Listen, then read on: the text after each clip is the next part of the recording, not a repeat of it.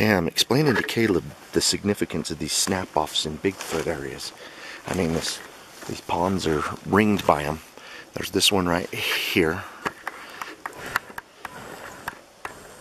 And then there's a couple more right there, some fresh ones. And let me zoom in so you guys can see the tops. See, those are pretty fresh. And the tops are completely missing. So, I don't know. Maybe a wood knocking stick now? But, I was explaining to Caleb, you know, a lot of people will say, you know, hey, these snap-offs are due to weather and stuff. But, like, I want to explain this one right here is, okay, first of all, this is a quaking aspen. They get their leaves very last in the spring out of all the trees. And then in the fall, they're the first to lose their leaves. And it's the tree's way of avoiding being broken by weather. Now they don't have the leaves to carry all the weight. So when it's a quaking aspen that this is happening to, you got to start taking a second look. And if this was weather related, why did it snap at a thick point? Why didn't it snap further up at a thin point? You know? I'm gonna go out on a limb. Like the squirrel up here. Oh, that's funny. I thought we just had a pine cone thrown at us. Well, I guess we did. The squirrel dropped it on us. But anyway, let me get back to this tree. Yeah, I'm gonna go out on a limb and say a Bigfoot reached the 10 feet up there and snapped that at a thick point. That is not the weak point of this tree. You know, then you have other people that say, well, maybe a bear climbed up there and that happened. Well, do you guys see any claw marks on the tree? Me neither. I think a big old squatch. I mean, something 7-8 feet tall. I mean, it don't even have to jump. It just reached up there and snapped it. And it snapped these two over here too. And, you know, you find the structures ringing places where Bigfoot spend a lot of time. And look, I mean, both of these are fresh. I mean, these had to have been snapped off within the last couple of weeks. That is fresh. And Caleb, will you stand under there? Caleb's like 5'10", 5'11". So he's just a little under 6 foot. And those snap-offs are a good 9 feet up. So it was something very tall that reached up there and snapped those. And something very tall and powerful that snapped that one. Yeah, these are fresh. These isn't weather related right here. These are fresh. There's no way that this happened last winter or in the late spring. This happened within the last month, maybe even a couple of weeks. So that's fresh snap-off activity in my opinion. And look, this one's been dead for a while and the one next to it is still green and alive, but you can tell both snap-offs are fresh. It broke the old dead one and it broke the new one. Amazing. We just come up from off the springs. The springs are up that way up on the top. And I missed it, but Caleb just heard a double wood knock up there.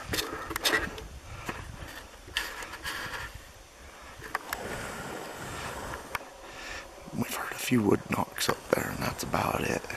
Well, we did hear 2 good whoops while we were up there too. Forgot about that. Me and Caleb both agreed that those whoops did not sound human either.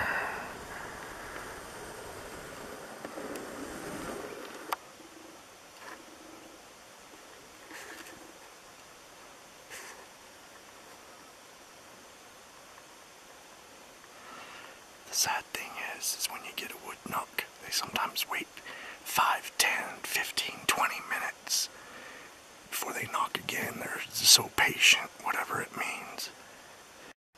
We're going to GPS this one. This looks like the beginning of a structure. They got the host pine tree right there. And then, look, this was relocated. It did not grow here. Didn't even grow anywhere close to here. There's no stumps anywhere around. Something relocated it and shoved it up there along with a second one. There's 2 of them in this. So this looks like the beginnings to a structure. And let me zoom in. I'm sorry I can't get the sun to my back on this one for you guys, so hopefully the lighting's good. And if I zoom in a little bit,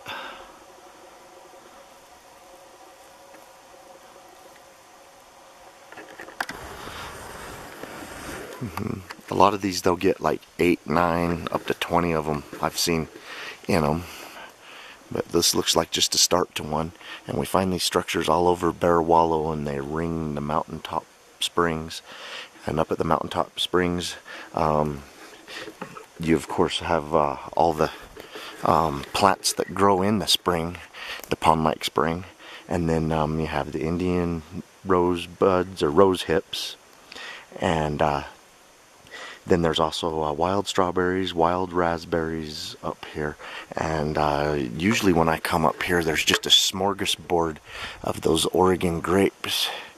If I come across any today, I will film and take pictures of them for you guys.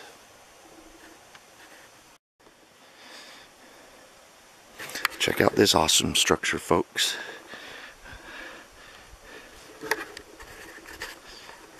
I mean, it looks like a little bit of primate thought went into making that. Let's get a little bit closer and take a look and see if this is all relocated deadfall.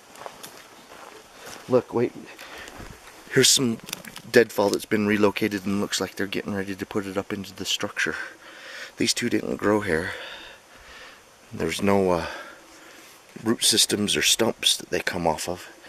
But they're laying right here, and they may in fact get added to this structure sometime in the future. Check it out.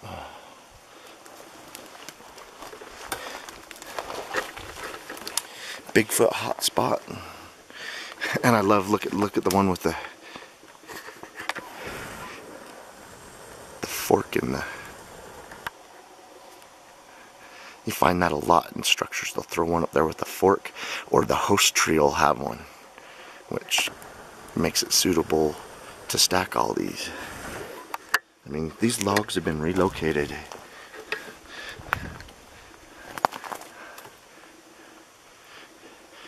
This, to me, is a Bigfoot structure and should be GPS'd, and we should keep an eye on it in the future.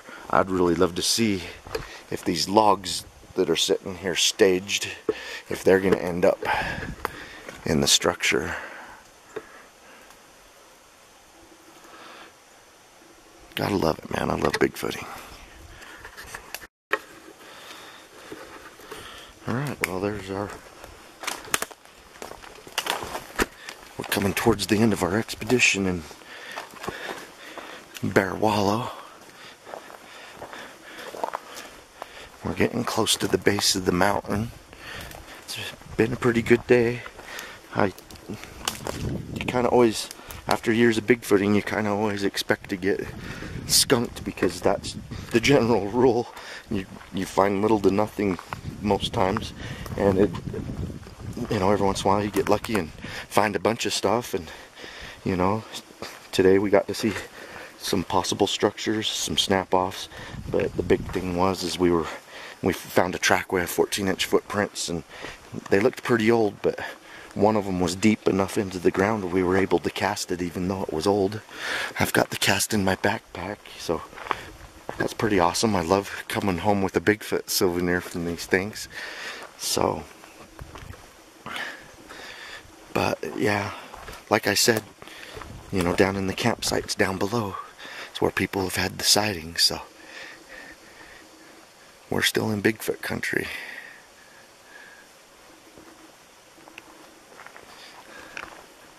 We think they stay on the top most of the time over by those springs, though.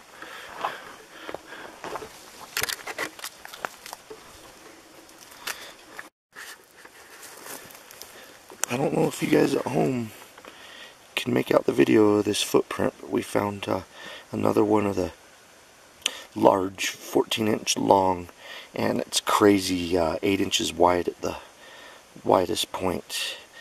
But that's the individual, the 14-inch footprints. It has a wide foot up here, and I'm really hoping you guys can see this. I can see it live really well, and I will try and point out what's going on with this footprint. The toes are up along here, and then the heel. See this little hole in the ground right here? The heel actually goes over the hole a little bit. But yeah, 17-inch. Excuse me, it's a 14-inch long footprint. So it made its way up towards the springs. The springs are up there, and Caleb and I are on our way out of here, so we're gonna backtrack it and see where it went, or seeing where it come from. It looks like I can see where it stepped there too. Stepped there and there. Oh, looks like it stepped there too on that log.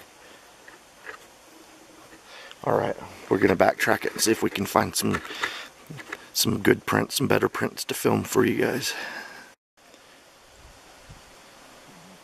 Heard a loud snapping noise, and so I had my eye on this area, and something run from left to right over there, large and gray, and I didn't get to see enough of its body to know what type of animal it was, but it definitely wasn't the black color of the moose. It was more of like a grayish brown color, and I just got a glimpse of it. So I don't know how much of its body I saw, but it was huge. It was tall. Whatever it was, it was elk, a moose, or something else. I didn't get enough of it.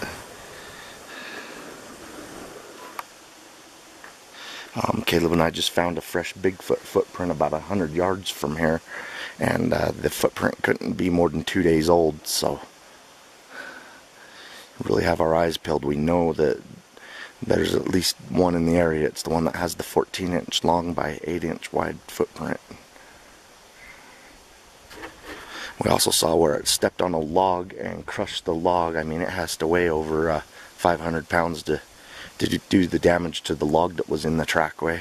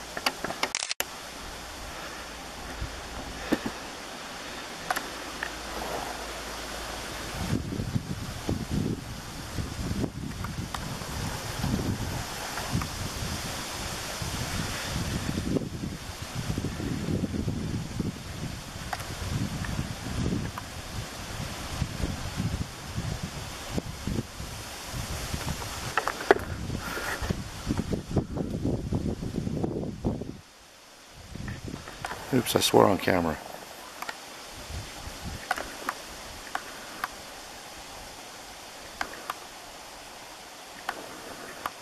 Okay, that looked like a face looking at me.